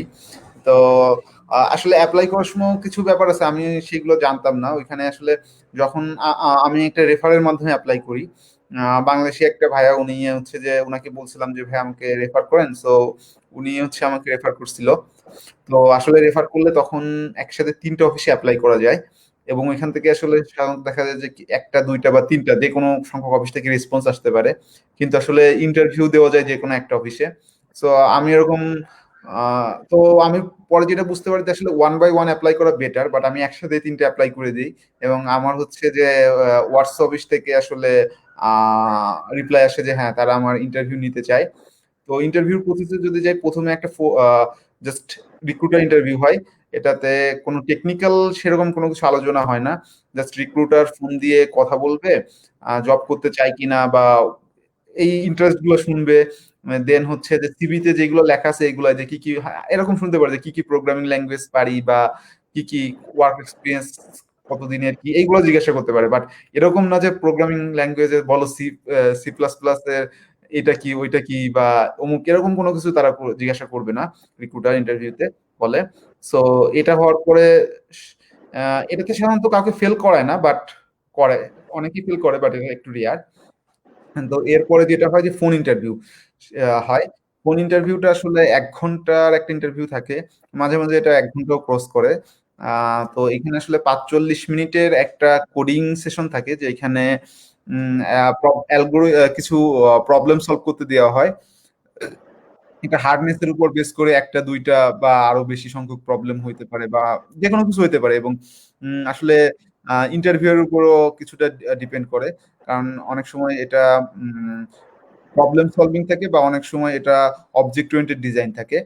তো আর বাকি সাধারণত যে 10-15 মিনিট থাকে ওই সময় দেখা যায় যে ইন্টারভিউয়ের সাথে একটা ডিসকাশন হয়, সে ওয়ার্ক এক্সপিরিয়েন্স নিয়ে কোনো একটা কোশ্চেন করতে, বা তার কাছে কোনো কিছু জানা থাকলে সেইগুলো আস্ক করতে বলে, বা সে দেখা যাচ্ছে যে সিভি থেকে যে কোনো একটা টপিকস এর উপর কোশ্চেন করে বসতে পারে। সাপোজ কেউ যদি সিভিতে লেখে যে সে জাভা পারে, জাভা পারে, সো তাকে দেখা যাচ্ছে যে, বা অবজেক্ট ওরিয়েন্টেড প্রোগ্রামিং পারে, এরকম কিছু লেখা আছে, তো তার দেখা যাচ্ছে যে রিক্রুটার ইন্টারভিউয়ারের মন চাইলে সে ওই টপিকস থেকে ছোট কিছু খাটো একটা দুটো কোশ্চেন করতেই পারে, এরকম একটা ব্যাপার কাজ করে। তো এরপর ফোন ইন্টারভিউ পাশ করলে সাধারণত যেটা হয় যে গুগলের যে ইন্টারভিউটা ওয়ান সাইড ইন্টারভিউ, এবং এটাই আসলে মেন যে ইন্টারভিউটা এটাই হয়। ওয়ান সাইডে সাধারণত 5টা ইন্টারভিউ থাকে, এবং আমরা জানি গুগলের ইঞ্জিনিয়ারদের বিভিন্ন লেভেল আছে। সাপোজ ফ্রেশ গ্রাজুয়েটদের জন্য বলা হয় লেভেল 3, লেভেল 4, লেভেল 5 ইঞ্জিনিয়ার। তো আহ, উম, যদি লেভেল 3 ইঞ্জিনিয়ারদের কথা বলি, সাধারণত তাদের জন্য 4টা কোডিং ইন্টারভিউ থাকে, এবং হচ্ছে যে আহ, একটা বিহেভিয়ারাল ইন্টারভিউ থাকে, এবং লেভেল আপ হইলে মানে একটু যাদের এক্সপিরিয়েন্স অনেক দিনের, 4-5 বছরের এক্সপিরিয়েন্স, তাদের জন্য আসলে লেভেল 4, এবং তাদের ইন্টারভিউটা একটু ডিফারেন্ট হয়। তাদের দেখা যায় যে 3টা কোডিং ইন্টারভিউ থাকে, সাথে একটা সিস্টেম ডিজাইন ইন্টারভিউ, একটা বিহেভিয়ারাল ইন্টারভিউ। সো যে কোডিং ইন্টারভিউ গুলো থাকে এগুলো similar to phone interview, but দেখা যায় যে প্রবলেমের হার্ডনেস একটু কম বেশি হইতে পারে, আসলে এটা র্যান্ডমলি ডিপেন্ড করে। আর বিহেভিয়ারাল ইন্টারভিউ ওটা হয় হচ্ছে যে এখানে আসলে বিভিন্ন রকম বিহেভিয়ারাল জিনিস বা অফিস কালচার, বা কোন একটা সিচুয়েশনে বিভিন্ন কলিগের সাথে কেমন বিহেভ করা উচিত, বা অফিসে এরকম একটা কোন একটা সিনারিওটা ডিসক্রাইব করতে পারে যে এইরকম একটা প্রবলেম হয়ে গেল যেটা আসলে আনএক্সপেক্টেড ছিল, তখন আসলে আহ মানে কি করা উচিত, এই ধরনের কোশ্চেন গুলা সাধারণত বিহেভিয়ারাল ইন্টারভিউতে করা হয়। তো আহ, উম, এই ইন্টারভিউ, ফোন ইন্টারভিউটা সাধারণত গুগলের কোনো একটা অফিসে হয়। মানে দেখা যায় যে বাঙালিদেরকে ওরা অনেক সময় ব্যাঙ্গালোর নেয়, বা অনেক সময় ইউকে তে নেয়, এটা ডিপেন্ড করে, কোনো একটা ওদের অফিসে ইন্টারভিউটা হয়। এবং এই ইন্টারভিউটাতে মোটামুটি একটা ভালো ফিডব্যাক পাইলে তাদেরকে হায়ারিং কমিটিতে পাঠানো হয়। আর হায়ারিং কমিটিতে আসলে তখন তার অনেকটা ব্যাকগ্রাউন্ড ভেরিফিকেশনের মতো হয়, লাইক তার একাডেমিক ব্যাকগ্রাউন্ড বা এই ধরনের ওয়ার্ক এক্সপিরিয়েন্সের সবকিছু ডকুমেন্টস বা ইয়া উম, আহ, দেখাইতে হয় হায়ারিং কমিটিতে। এবং হায়ারিং কমিটি একটা প্রি অ্যাপ্রুভাল দিলে তখন দেখা যায় যে তাকে একটা টিম পাইতে হয়। তো একটা 1 বছরের মতো একটা সময় থাকে, এর ভিতর কোনো একটা কান্ট্রিতে টিম পাইতে হয়। যেরকম আমরা দেখি যে গুগলের অফিস কিন্তু বিভিন্ন কান্ট্রিতে আছে। তো আসলে দেখা যায় যে এক একটা কান্ট্রিতে এক এক রকম টিম কাজ করে, মাল্টিপল টিম বা একটা একটা টিম কাজ করে, বা এক একটা জিনিস কাজ হয়। যেরকম আমি যদি ওয়ার্ডসের কথা বলি, তো আমাদের ওয়ার্ডস অফিসে হচ্ছে গুগল ক্লাউডের সব ধরনের কাজই আসলে ওয়ার্ডস অফিসে হয়। তো এরকম কোন একটা কান্ট্রিতে তখন এটা তখন সে থাকে না আসলে তাকে কোন কান্ট্রিতে দিবে বা কোন টিমে তাকে দিবে। তো তার সিভি এবং স্কিল সেট অনুযায়ী তাকে কোনো একটা টিম ম্যাচ করানোর চিন্তা করানো হয়, এবং ওই আহ কোন একটা টিম দেওয়া হয়। কেউ দেখা যায় বাংলাদেশ থেকে কেউ ইউকে তে টিম পাচ্ছে, কেউ আয়ারল্যান্ডে টিম পাচ্ছে, যেখানে তার টিম ম্যাচটা হয়। সেই টিমের সাথে কথা বলে ওই টিমের থেকে অ্যাপ্রুভাল নিয়ে এবং হায়ারিং কমিটির অ্যাপ্রুভাল নিয়ে তাকে ফাইনালি অফার করা হয় যে হ্যাঁ, সে হচ্ছে এই কান্ট্রিতে এই টিমে জয়েন করবে। আচ্ছা, আচ্ছা, আমরা কিছু কোশ্চেন নিয়ে নিই। আচ্ছা, একজন বলছে, অনেক সময় দেখা যায় যে যখন আমি কোনো প্রবলেম সলভিং চিন্তা করি, সেটা মাইন্ড প্রেসার ক্রিয়েট করে খুব, সেটা থেকে কিভাবে ওভারকাম করব?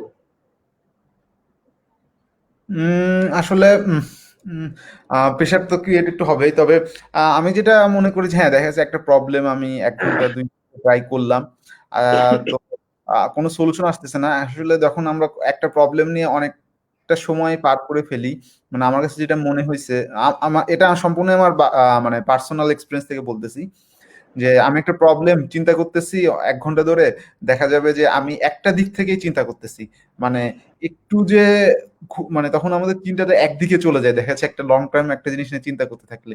তো দেখা যায় যে তখন যদি আমি চিন্তা ভাবনা অফ করে 15-20 মিনিট বা 1 ঘন্টার একটা গ্যাপ দিয়ে আবার প্রবলেমটা নিয়ে চিন্তা ভাবনা করি, তখন দেখা যায় যে হ্যাঁ, আমি একটু ডিফারেন্ট অ্যাঙ্গেল থেকে চিন্তা করতে পারতেছি।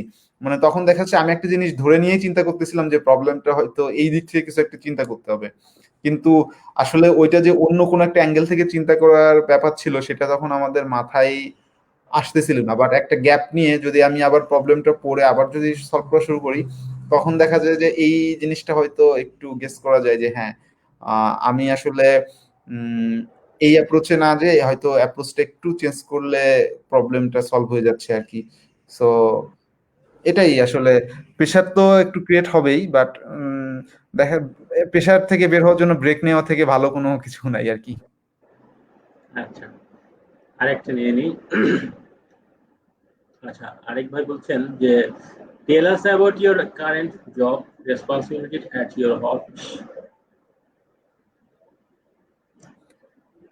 আহ, আসলে তো আমি তো সবাই জানে যে গুগল ওয়ার্কস অফিসে জয়েন করতেছি, এবং আমি অলরেডি মাত্র বলছি যে ওয়ার্কস অফিস হচ্ছে গুগলের ক্লাউড হাব, অর্থাৎ গুগল ক্লাউডের সবকিছুই ওয়ার্কস অফিসে, মানে ওয়ার্কস অফিসটাই মেন ক্লাউডিং, গুগল ক্লাউডের জন্য।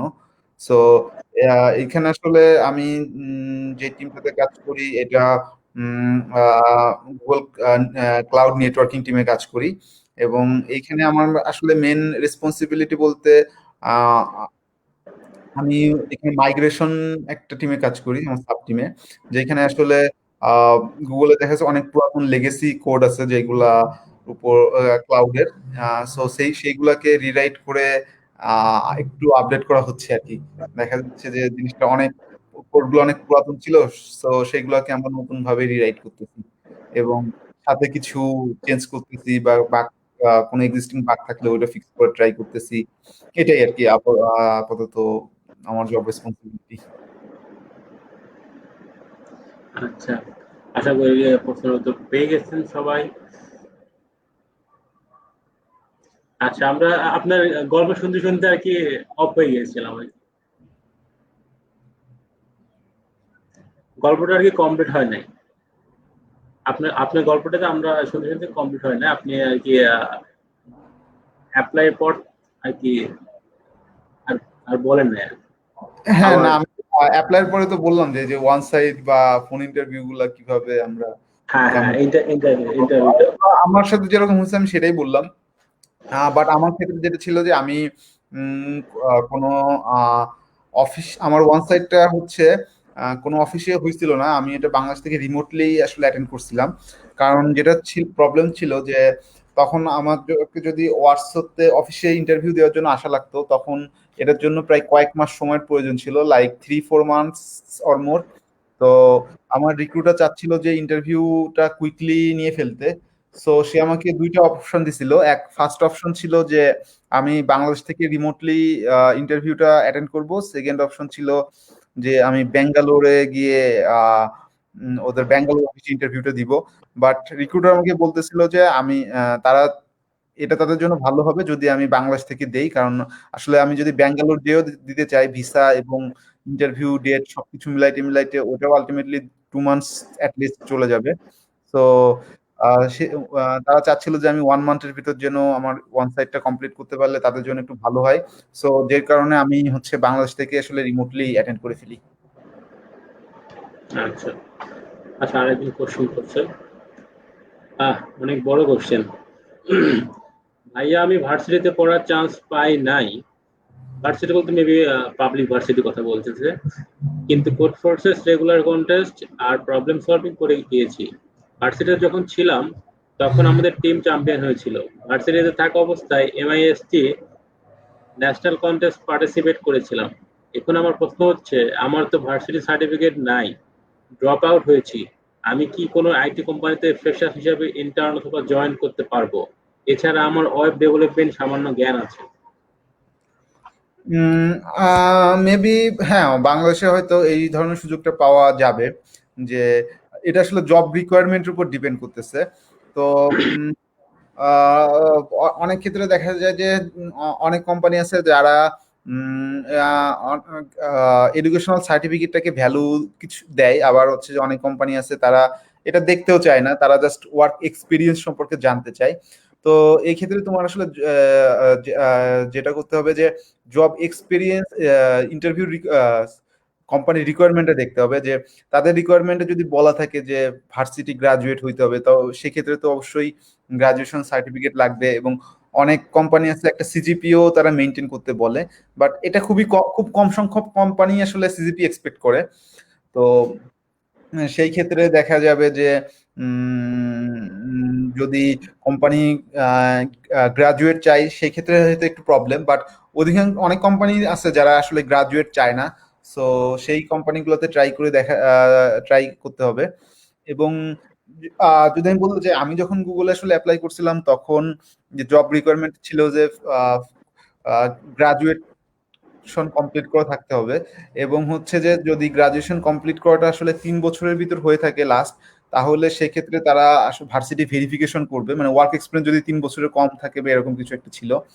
তো অলরেডি তারা এটা করছে যে হ্যাঁ আমার ভার্সিটিতে ভেরিফিকেশন করছে সবকিছু, যে আসলে আমি গ্রাজুয়েশন করছি কিনা বা গুলা সবকিছু।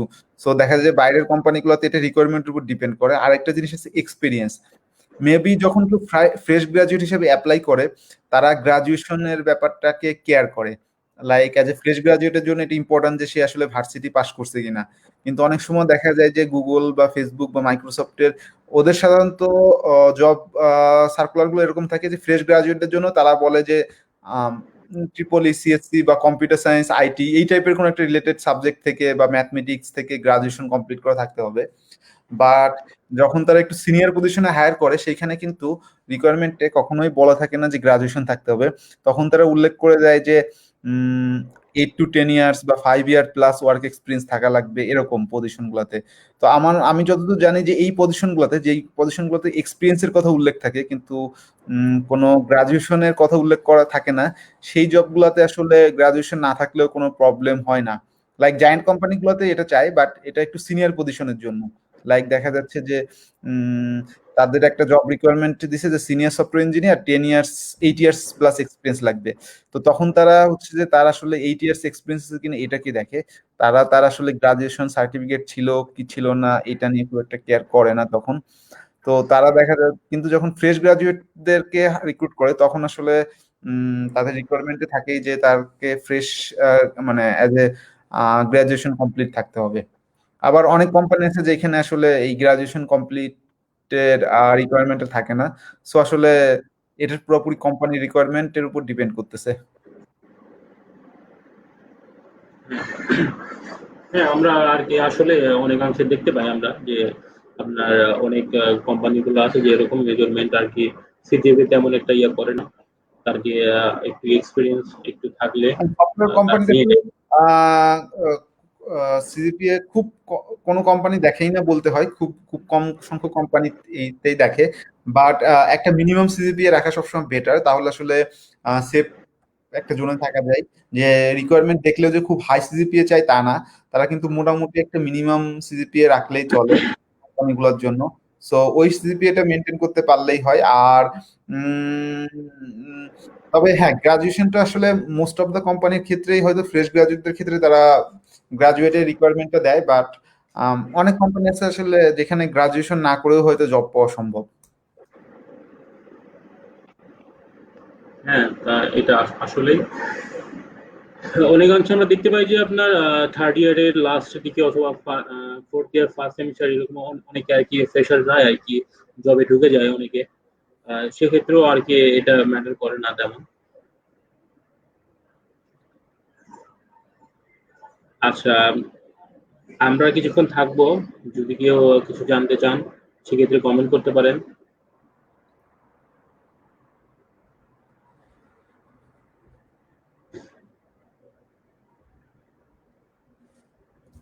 আচ্ছা, কথায় কথায় প্রায় শেষের দিকে আমরা চলে আসছি। যেটাই হোক, এখন আপনি এখন লাস্টে যেটা আমরা আপনার শুনতে চাই, আপনি যেহেতু দেশের বাইরে মেবি ফার্স্ট, তাই তাই নয় কি? হ্যাঁ, দেশের বাইরে মানে আমার আসলে দেশের বাইরে ফার্স্ট বলতে আহ, আমি পোল্যান্ড আসার জন্য আমার এম্বাসি ফেস করা লাগছিল দিল্লি থেকে। তখন আচ্ছা, ইন্ডিয়াতে যাওয়াটাও আমার ফার্স্ট দেশের বাইরে যাওয়া ছিল আর কি। আচ্ছা, এটার ক্রাইটেরিয়া দিয়ে আপনার আর কি ছুটে আসা ইন্ডিয়া এটাই। আর কি করেছেন। এখন আপনি ওখানে আর কি সার্ভাইভ কেমন করে করতেছেন পোল্যান্ড, যেহেতু আপনার, হ্যাঁ, মেবি ঠান্ডা ঠান্ডা ঠান্ডা কি দেশ। হ্যাঁ, বাট আমি আসলে বাংলাদেশ থেকে যতটা ঠান্ডা শুনছি বা ছিল, এখন আসলে এরকম ঠান্ডা নাই। বা উইন্টারেও যেরকম শুনছি যে এখানে প্রচুর বরফ টরফ পড়ে, বাট এখানে আসার পরে আসলে জানতে পারলাম যে পোল্যান্ডে একসময় প্রচুর ঠান্ডা ছিল। বাট রিসেন্টলি হয়তো গ্লোবাল ওয়ার্মিং এর কারণে আর কি আহ, এখন মানে আমি যখন ছিলাম যে 2019-এর উইন্টারে মাত্র 2 থেকে 3 দিন হচ্ছে এখানে আহ, আহ, বরফ পড়ছিল। বাট আগে হচ্ছে যে মানুষের গাড়ির নাকি দরজা খুলতে পারতো না, বরফ পরে এরকম অবস্থা হয়ে যেত। বা নাকি 5 বছর আগে হচ্ছে -20 টেম্পারেচার যাওয়া খুবই নর্মাল ছিল বা এরকম। বাট আমি আসার পরে মেবি -3, -4, 5 এর নিচে পাইনি এই 2019-এ যে উইন্টারটা গেছে ওইখানে। সো এখানে আসলে আগে যেরকম ঠান্ডা শুনছি ওই রকম ঠান্ডা নাই। তো আর হচ্ছে, হ্যাঁ, আমি যে সিটিতে আছি ওয়ার্সো, এটা বেশ ভালো একটা সিটি। এটা ইউরোপের one of the most green city গুলোর ভিতরে একটা। বাট যেটা হয় যে দেখা যায় যে অন্যান্য কান্ট্রি গুলোর সাথে যদি হিসাব করি, লাইক আমরা যদি ইউকে, কানাডা বা আমেরিকার কথা চিন্তা করি, সেখানে দেখা যায় অনেক এশিয়ান পিপলস আছে, লাইক বাংলাদেশি অনেক আছে বা আছে। বাট দেখা যায় যে ইউরোপের এই কান্ট্রি গুলাতে যদি হিসাব করি, এই বাঙালির পরিমাণ বা আমাদের এশিয়ানদের পরিমাণ আসলে খুব বেশি কম। এবং বাট এখানে লাইফস্টাইল খুব ভালো। কেউ যদি খুব বেশি মানে খুব নিলিবিলি লাইফস্টাইল, সিমসাম বা রাস্তাঘাটের লোকজন নাই বলতে হয়, সবকিছু একদমই খুব নিলিবিলি পরিবেশ। বাট এখানে একটা প্রবলেম হচ্ছে ল্যাঙ্গুয়েজ ব্যারিয়ারটা। দেখা যায় যে আহ, এই ধরনের ইউরোপিয়ান কান্ট্রি গুলাতে ওদের একটা নিজস্ব ল্যাঙ্গুয়েজ আছে, এবং দেখা যায় যে ওদেরও আসলে সবাই যে ইংলিশ পারে ব্যাপারটা এরকম না। ওদেরও যা আম, আহ, আহ, খুব কম লোকজনই দেখা যায় যে ইংলিশে স্পিকিং করতে পারে, বা যাদের এডুকেশনাল ব্যাকগ্রাউন্ড একটু ভালো বা হচ্ছে যে এবং ওদের এডুকেশন সিস্টেমটাও আসলে ওদের ল্যাঙ্গুয়েজের উপর বেস করে টিকে আছে। বাট যারা একটু মানে ইন্টারন্যাশনাল কোম্পানিতে কাজ করে বা টাইপের এই ধরনের লোকজন ছাড়া সাধারণত দেখা যায় অনেকেই ইংলিশ পারে না। সো এটা একটা প্রবলেম। আচ্ছা, আমি যতদূর সম্ভব জানি আর কি পোল্যান্ডের ল্যাঙ্গুয়েজ মেবি পলিশ আর কি। হ্যাঁ, আপনি কি ট্রাই করেছেন? ইউরোপিয়ান প্রত্যেকটা কান্ট্রিতে, এটা পোল্যান্ড, ফিনল্যান্ড বা নরওয়ে, সুইজারল্যান্ড, সব জায়গাগুলোতেই। তবে দেখা যায় যে হ্যাঁ, পোল্যান্ডে একটু বেশি। এবং হচ্ছে যে সাধারণত আহ, আহ, ইউরোপিয়ান অনেক কান্ট্রি আসলে মনে হয় একটু কম ফরেনার ফ্রেন্ডলি, মানে লাইক একজন উম, আমাদের এশিয়ানদের জন্য মনে হয় ইউকে বা কানাডাতে বা আমেরিকাতে যে যতটা কোপ আপ করা সম্ভব, কারণ এদের এখানে ল্যাঙ্গুয়েজ একটা বিশাল ব্যারিয়ার। এবং এই ব্যারিয়ারটা তৈরি হওয়ার পিছনে আসলে ল্যাঙ্গুয়েজটাই মেনলি আমার কাছে মনে হয় দায়ী, যে ওইখানে গেলে তো ইংলিশ তো আমরা সবাই পারি। সো কেউ, কথাই বলতে পারবো না। হ্যাঁ, সো কিন্তু এখানে দেখা যায় যে এই কমিউনিকেশনের কারণে একটা গ্যাপ তৈরি হয়ে যায় আসলে।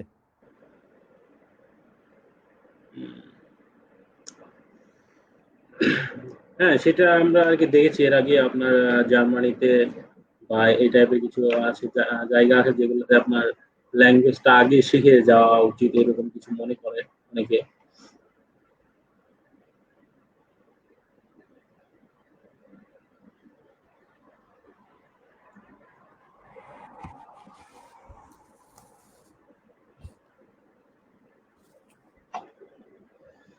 আর কোনো কোশ্চিন দেখতে পাচ্ছি না। আহ, তাহলে লাস্ট ফিনিশ আমরা করতে পারি যে কিছু অ্যাডভাইস আর কি সবার জন্য একটা একটা কিছু অ্যাডভাইস দিয়ে আমরা শেষ করতে পারি। অ্যাডভাইস আসলে উম, যারা জব করতেছে বা বাইরে জব জব আচ্ছা করতেছে। ভাইয়া, একটু ইন্টারেক্ট করি। আপনার যে একজন কমেন্ট করছে আর কি জানার জন্য যে ভাই আপনি ন্যাশনাল কন্টেস্টে কতবার অ্যাপ্লাই করেছিলেন? আসলে আমি এক্সাক্ট বলতে পারবো না আমি কতগুলো, বাট খুব বেশি না। মানে হয়তো 4টা বা 5টা।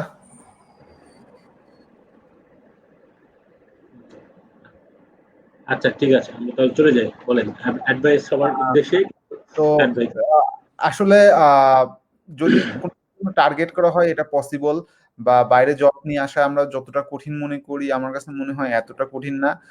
জাস্ট এটার পিছনে একটু টাইম দেওয়া লাগে, এবং অনেক সময় কিছুটা লাকও কাজ করে। লাইক একটা ইন্টারভিউ মানুষের খারাপ হইতেই পারে বা এরকম একটা কিছু কাজ করে। দেখা সো অনেক সময় অনেক ভালো প্রিপারেশন থাকার পরেও আসলে কোনো একটা কারণ একটা জিনিস খারাপ হয়ে গেলে একটা মিনিটের জাস্ট দেখা যায় পুরা 45 মিনিটের একটা ইন্টারভিউ, আমি 40 মিনিট খুব ভালো দিছি, 5 কারণে আমার একটা ইন্টারভিউ খারাপ হয়ে যাইতেই পারে। সো এই ক্ষেত্রে একটা লাকের ব্যাপার অবশ্যই থাকে।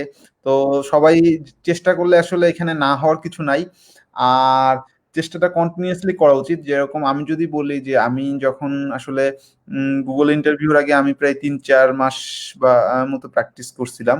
বাট এমন না যে আমি প্রতিদিন 5 ঘন্টা 6 ঘন্টা 7 ঘন্টা করে প্র্যাকটিস করছি। আমি দেখা যায় যে 3 মাস বা 4 মাস প্র্যাকটিস করছি। তো দেখা যাচ্ছে যে আমি অফিস করতাম, অফিসের পরে প্রতিদিন ম্যাক্সিমাম 1 ঘন্টার মতো আমি প্র্যাকটিস করছি, এবং দেখা যাচ্ছে যে উইকেন্ডে হয়তো 3-4 ঘন্টার মতো আমি 4-5 ঘন্টার মতো হয়তো প্র্যাকটিস করছি।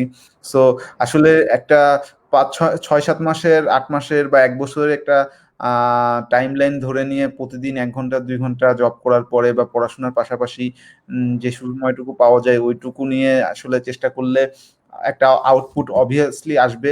এবং হচ্ছে যে এখন আসলে কিন্তু ডে বাই ডে বাইরে আসার অপরচুনিটি অনেক বাড়তেছে, স্পেশালি জব সেক্টরে। আগে এটা খুবই টাফ ছিল, বাট এখন আসলে শুধু গুগল, ফেসবুক, মাইক্রোসফট, অ্যামাজন এরকম না, আরো অনেক কোম্পানি আছে যেগুলোর নামও হয়তো আমরা জানি না, বা অনেক ভালো ভালো কোম্পানি আছে যারা বাংলাদেশ থেকে রিক্রুট করতেছে। এবং রিসেন্টলি যদি আমরা আসলে যারা কম্পিউটার সায়েন্সে আছি বা আশেপাশের দিকে একটু খেয়াল রাখি বা সফটওয়্যার ইন্ডাস্ট্রিতে আছি, এখন দেখা যাবে যে আগে একজন জব নিয়ে বাইরে আসলে এখন 4 জন বা 5 জন আসতেছে। ঠিক আছে। সো আসলে সুযোগ বাড়তেছে। সো চেষ্টা করলে আসলে আহ, এটা অবভিয়াসলি আসা সম্ভব। এবং আসলে জব করতে আসা এবং স্টুডেন্ট হিসেবে আসার ভিতরেও কিছু ডিফারেন্স আছে। লাইক জব করতে আসলে কিছুটা রিল্যাক্স হিসেবে আসা যায়, যে কোনো কিছু নিয়ে টেনশন করা লাগে না যে আমার আসার পরে কি করতে হবে না করতে হবে। সো যারা আসলে জব নিয়ে আসতে চায় তারা এটা নিয়ে একটু ঘাটাঘাটি করে দেখতে পারে বা বিভিন্ন কোম্পানিতে অ্যাপ্লাই করতে পারে। বাট আসলে প্রথম আমার কাছে যেটা মনে হয় যে প্রথম কিছুদিনটা একটু হতাশাজনক যাবে, কারণ আসলে ইন্টারভিউ পাওয়া বা এগুলা একটু টাফ। আর যারা ভার্সিটিতে আছে, পড়াশোনা করতেছে, কন্টেস্ট বা সফটওয়্যার ইঞ্জিনিয়ারিং করতেছে, তাদের জন্য যেটা আমি বলবো যে আসলে যেটা করতেছে ওইটাই মন দিয়ে করা উচিত। কারণ আম, আমি যদি বলি, যদি ক্যারিয়ারের কথা চিন্তা করে কেউ কোনোটার দিকে যাইতে চাই, আহ, সেক্ষেত্রে আমি বলবো আসলে তুমি সফটওয়্যার ডেভেলপমেন্টও যেরকম ক্যারিয়ার আছে, কম্পিউটার প্রোগ্রামিং এও এরকম ক্যারিয়ার আছে। আসলে আলটিমেটলি যে একটাতে খুব ভালো ক্যারিয়ার আছে আর একটাতে যে কিছু নাই এরকম না, সবকিছুই সেম। বাট যেটাতে করা উচিত ওইটাই ভালোভাবে করলে দেখা যাবে যে সবগুলাতেই আসলে একটা ইন ফিউচার আছে। আচ্ছা, যদিও আমরা শেষ করতে যাচ্ছিলাম, লাস্ট একটা প্রশ্ন আর কি আসলো, যেটা হচ্ছে অনেকে আপনার ইন্টার্ন করতে চাই, বড় বড় কোম্পানিতে ইন্টার্ন করতে চাই। গুগলে ইন্টারনেট সুবিধা আছে, কিন্তু আমি জানতে চাচ্ছি যে আপনার বাহিরের কোনো দেশ থেকে আর কি গুগলে ইন্টার্নের সুবিধাটা আছে কিনা। হ্যাঁ, বাইরের কারণ দেশ থেকে গুগলে অনেক ইন্টার্ন। সময় আমরা দেখতে পাই যে আপনার নিচে একটা লেখা থাকে যেটা হচ্ছে যে নর্থ আমেরিকা অথবা লোকেশন এখানে থাকতে হবে, হ্যাঁ এরকম আর কি। হ্যাঁ, আসলে বাইরে থেকে গুগলে ইন্টার্ন আছে, করতে আসে, বাট এটা খুবই কম। এবং ওরাও আসলে বাইরে থেকে ইন্টার্ন নিতে চায় না, কারণ আমরা জানি যে আসলে উম, যেটা হয় যে দেখা যাচ্ছে কি এখন একজন বাংলাদেশ থেকে আমেরিকাতে ইন্টার্নের যদি সুযোগ দেয়া হয়, তো এটা আসলে বুঝাই যায় যে আসলে একজনকে ভিসা স্পন্সরশিপ করে ইউএস এর মতো একটা কান্ট্রিতে নিয়ে যাওয়া কতটা হার্ড একটা জিনিস। তো তারা ফুল টাইম জব যখন একজন পায় তার জন্য কাজটা করতে চায়। এবং আরেকটা জিনিস দেখা যায় যে বাইরে কিন্তু অনেক কোম্পানি আছে, বাট সব কোম্পানি কিন্তু আহ, তাদের দেশের বাইরে থেকে হায়ার করে না। কারণ দেশের বাইরে থেকে হায়ার করাটার জন্য তাদেরকে অনেক বেশি স্যালারি পেমেন্ট করতে হয়, অনেক কিছু করতে হয়, অনেক প্রসেসিং এর ব্যাপার থাকে, অনেক ফর্মালিটিস থাকে। এই জন্য অনেক কোম্পানি আছে যারা দেশের বাইরে থেকে হায়ার করে রিস্ক নিতে চায় না। তো যে কোম্পানিগুলো জায়ান্ট কোম্পানিগুলোই বেশিরভাগ চায় ইন্টারন্যাশনালি হায়ার করে, আর মিডিয়াম কোম্পানিগুলো একটু কমই করে বা ছোট কোম্পানিগুলো করতেই চায় না।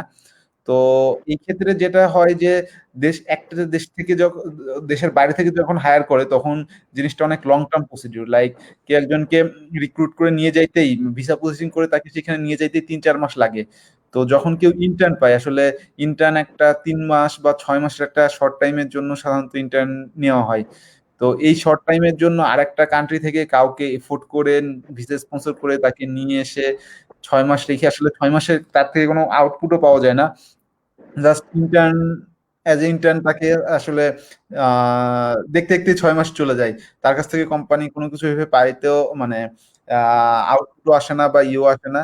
সো কোনো এই জন্য কোম্পানিরা আসলে চায় না যে 6 মাসের জন্য একজনকে অন্য একটা কান্ট্রি থেকে এনে এইখানে রেখে বা সবকিছু ইয়া করে তার থেকে কোনো কিছু পাওয়াও খুব যায় না। সেজন্য যখন ইন্টার্ন নেওয়া হয় চাই যে ওই কান্ট্রিতে, লাইক যদি ওয়ার্কস অফিসে ইন্টার্ন নেওয়া হয় তারা চায় যে হ্যাঁ আমরা ওয়ার্কসতে যারা ফ্রেশ গ্রাজুয়েট আছে আশেপাশে। মানে পোল্যান্ডের ভিতর থেকে আমরা ইন্টার্নদেরকে নিই, কারণ ভিসা স্পন্সরশিপ এবং এই যে ইন্টারন্যাশনাল ইমিগ্রেশন করা এটা আসলে খুব সহজ একটা কাজ না, এটা বেশ ঝামেলার একটা কাজ এবং কোম্পানির এটার জন্য আসলে অনেক বেশ বড় সড়ো ঝামেলায় প্রবাহিত হয় আর কি।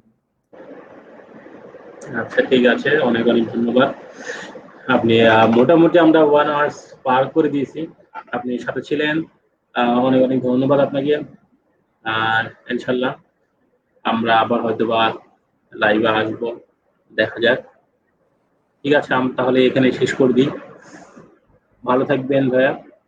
ওকে, ধন্যবাদ আমাদের সঙ্গে সময় দেওয়ার জন্য। হ্যাঁ অবশ্যই। আর সবাইকে ধন্যবাদ যারা কষ্ট করে এতক্ষণ এই লাইভ ছিল, মানে join করতে বা দেখার জন্য। হ্যাঁ, অবশ্যই। লাইভটি এমনিতেও আপনার রেকর্ডেড, আপনার যে কেউ আর কি দেখতে পারবে ফেসবুক গিয়ে। এটা যতদিন পর্যন্ত আমি মনে করি পেজটা থাকবে ততদিন দেখতে পারবে আর কি। ইনশাল্লাহ। ঠিক আছে ভাইয়া, ভালো থাকবেন। ওকে, থ্যাংক ইউ। এখানে তাহলে বিদায় নিলাম। ওকে।